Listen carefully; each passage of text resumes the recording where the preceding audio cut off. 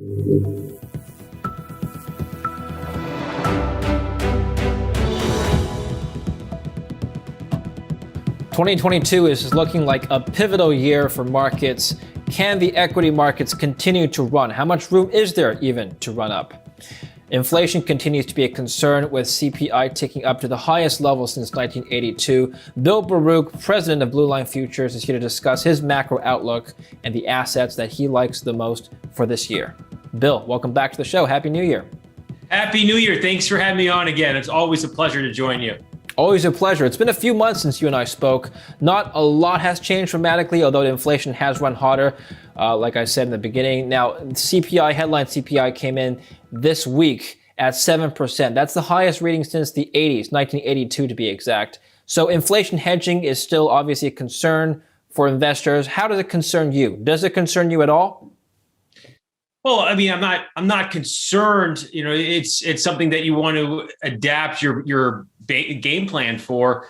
You know, you want to be more selective with tech stocks. It's something that I've been pounding the table on for the last few months. You want to, have commodity exposure too, as long as, where you're seeing right now, the Fed they're priced into hike rates about 3 times this year, but it's about almost 90% probability coming into the CPI number. It was about a 70% 90% they lift off in March, and a 70% they do a second hike in June.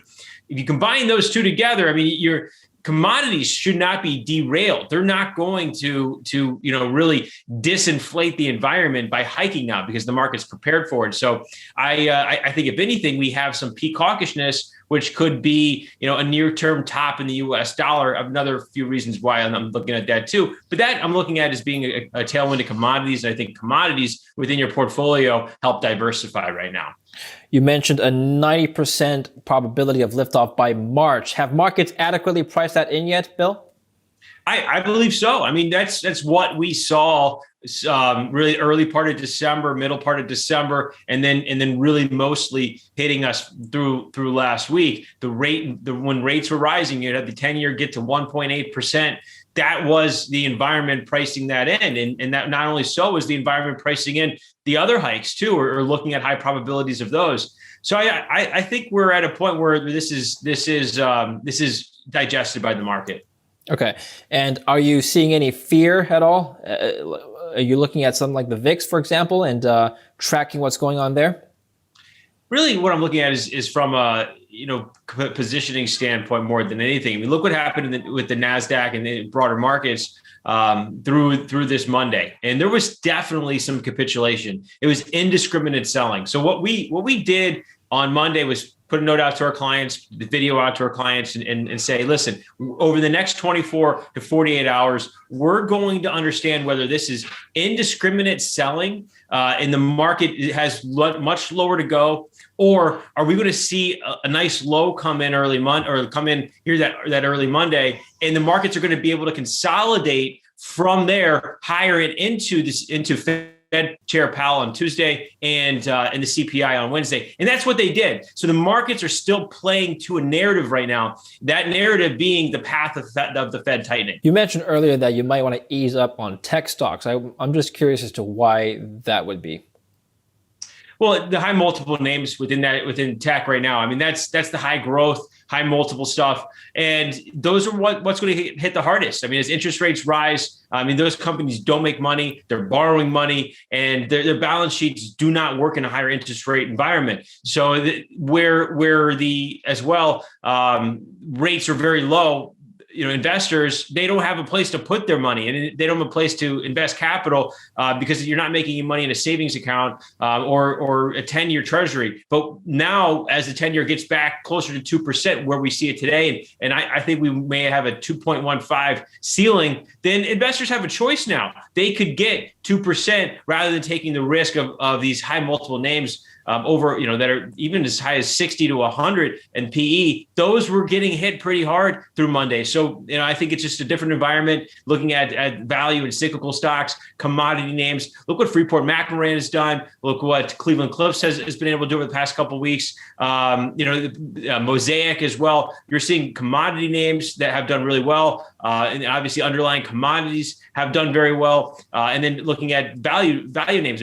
Obviously energy names, Chevron is completely broken out right now, Pioneer. But then you also want to look at the other value names with industrials and banks, and there's really, that's where we want to be. We're positioning in our portfolio. We're not throwing out all the tech, but we've really ramped up our overweight exposure in the value names. All right, Bill. So are you saying that there's going to be a sector rotation in 2022? Well, it's already occurred. That sector rotation has already started. We've seen a big move over the past week, sort of a vicious move, if you will. I think that continues. And so I don't think you're late to the party if you're just doing that now. But we use a number of models to manage risk, whether that's put structures below in order to hold on to some tech, whether that's the rotation itself, and we're doing a mix of the two. And so what sectors would you be overweight then this year? Right now, we've been overweight energy, and we've been adding to energy even through December. Use the sell-off on the heels of Omicron after Thanksgiving as an opportunity to become overweight energy. That energy itself is about 2% weighting.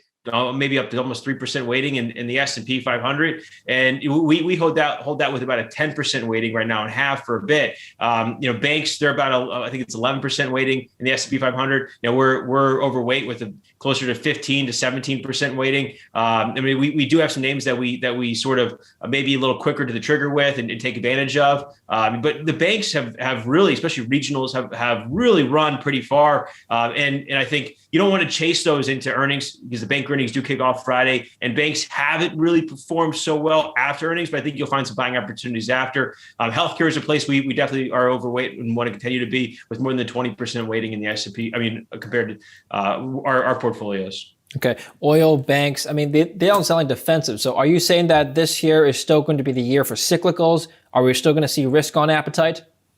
Yeah, I think this year is going to be, it's a year where the cyclicals are going to outperform the high flying tech. And I think you want to stay nimble. Look back at last year. And last year we had the Pfizer news on early November.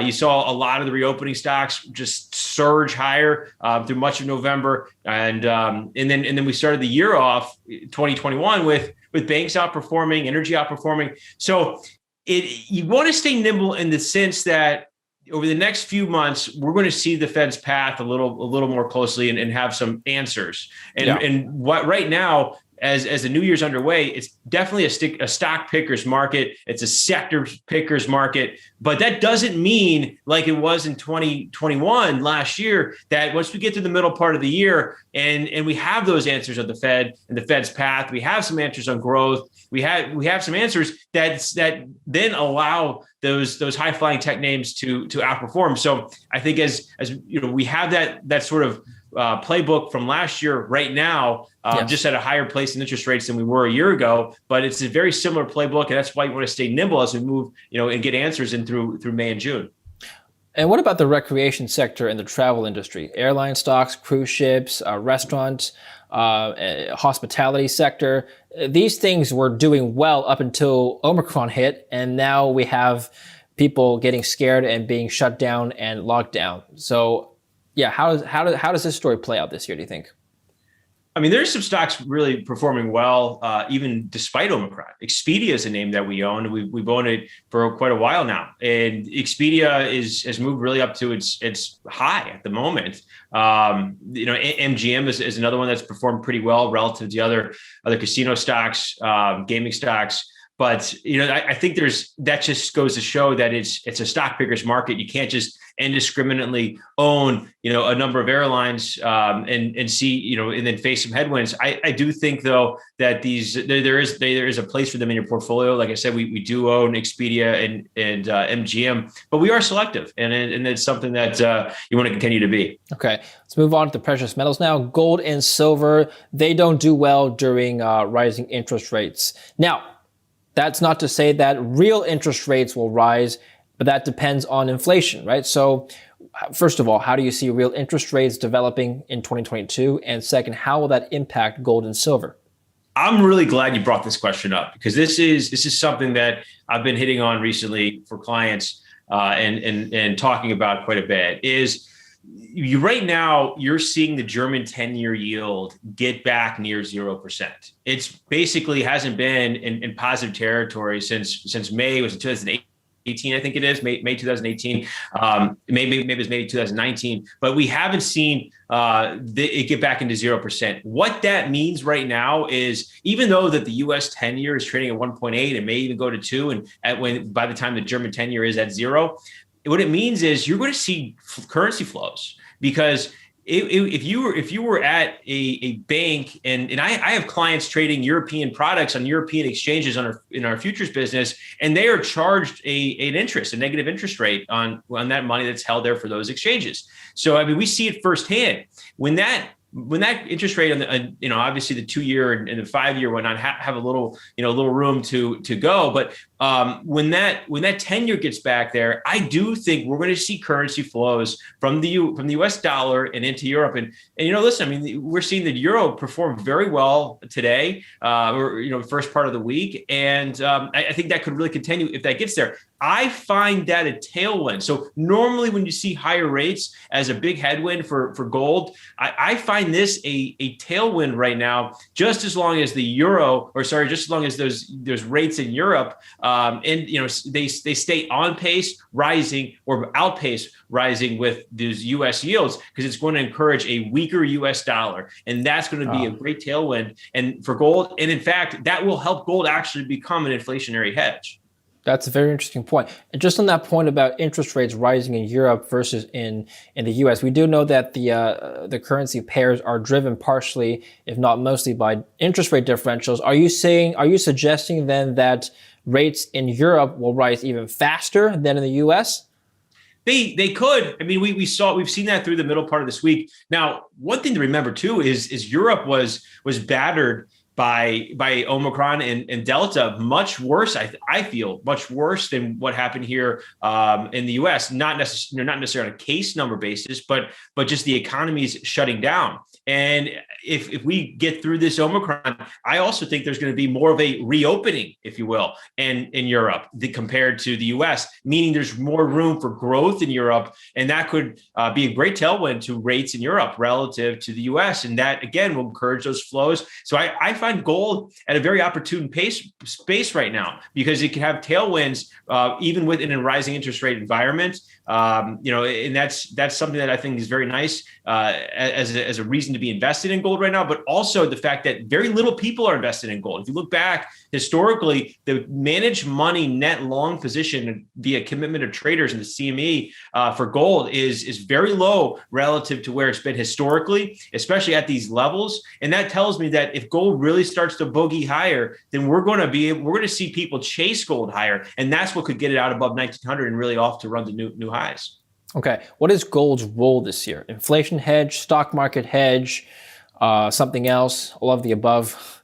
What does it do for you, Bill? Yeah, I think it's going to be viewed as more of a stable asset, a little bit of an inflation hedge if we get that, if we do see the currency flows. It's also going to be a safe haven relative to just potential volatility in the equity markets.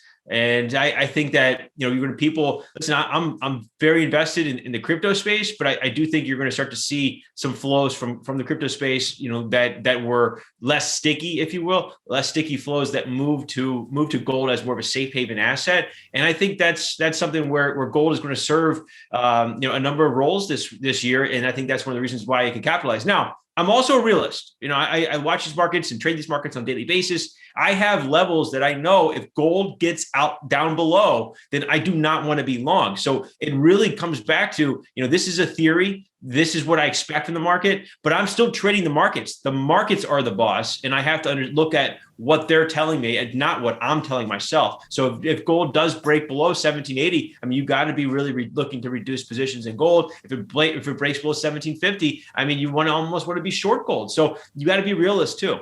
Okay, let's talk about cryptos then, because you mentioned cryptos. Bitcoin, well, all cryptos really, but let's talk about the biggest one. Bitcoin, dramatic fall from its November highs, falling from over $60,000 a coin to, well, we're at $43,000 as we speak today, but it's touched 40,000. So it's been a tremendous decline. Now, this obviously has put tremendous downward pressure on the other cryptocurrencies. Is this the start of the crypto winter that some people have been talking about?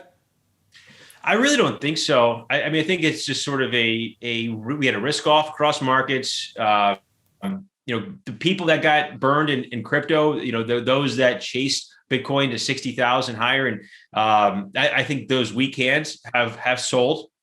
And that's what a lot of this selling is. I did see a statistic that leverage has been rising in Bitcoin. So that's something that I do want to pay attention to right now that may, if we are levered up here, say, sitting just merely shortly above 40,000, then same when I'm talking about managed money and gold, we need room for growth, for investment growth. So maybe that could keep a little bit of a lid on it, but I'm not necessarily looking at it from that angle. I'm looking at it the fact that institutions are becoming more and more confident in Bitcoin and the crypto space. So that tells me that the money that's in there right now that did not sell out is very sticky. That sticky money is there to stay. They're looking for yield opportunities. Bitcoin may be, one that is the barometer of the space, but I think there's a lot going on with the space. I actually, not directly invested in Bitcoin personally right at the moment. I do have some clients on the future side that we got in earlier this week in that 41,000 area.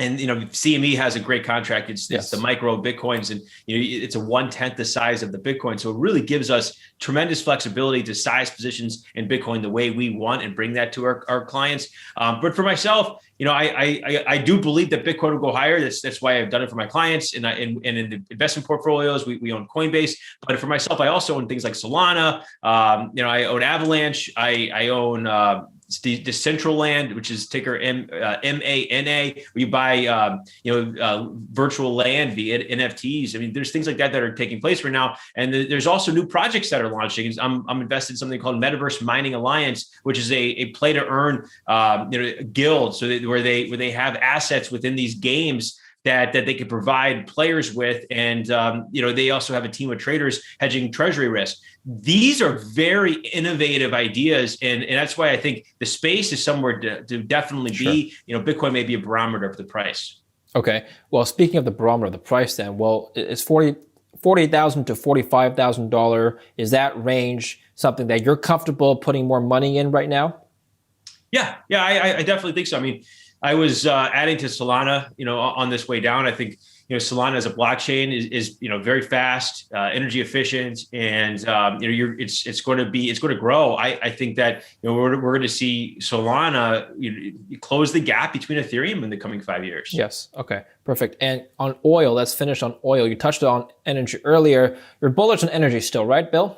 Absolutely. I mean, right now, crude oil is actually February contracts breaking out above its previous high. Your 82.85 is 82.15. It was the October high for February contract. We still have this front month highs, $85. But I'm very, very bullish on the space. I rattled off some names earlier on, like Chevron, Pioneer, and Marathon Petroleum. Those are what we own in our portfolios. They've run pretty good, but you're also seeing them actually break out above trendline resistances dating back to 2014, 2017. These are levels that tell me there's some really good tailwinds here. I mean, there's a lot of names in the space that can really have some serious upside, and a lot of these companies are really they're tethered. Right now being priced at a $60, $65 crude oil, and we have crude oil continue to rise here. We're above $80 today. Brent's at 84. So I mean, if we see crude oil continue to rise, and I think we'll be above 90, I think $100 can be tested, something that I've remained steadfast in. But if we see those, I mean, these companies have a lot of room to the upside, and their CapEx has been slashed.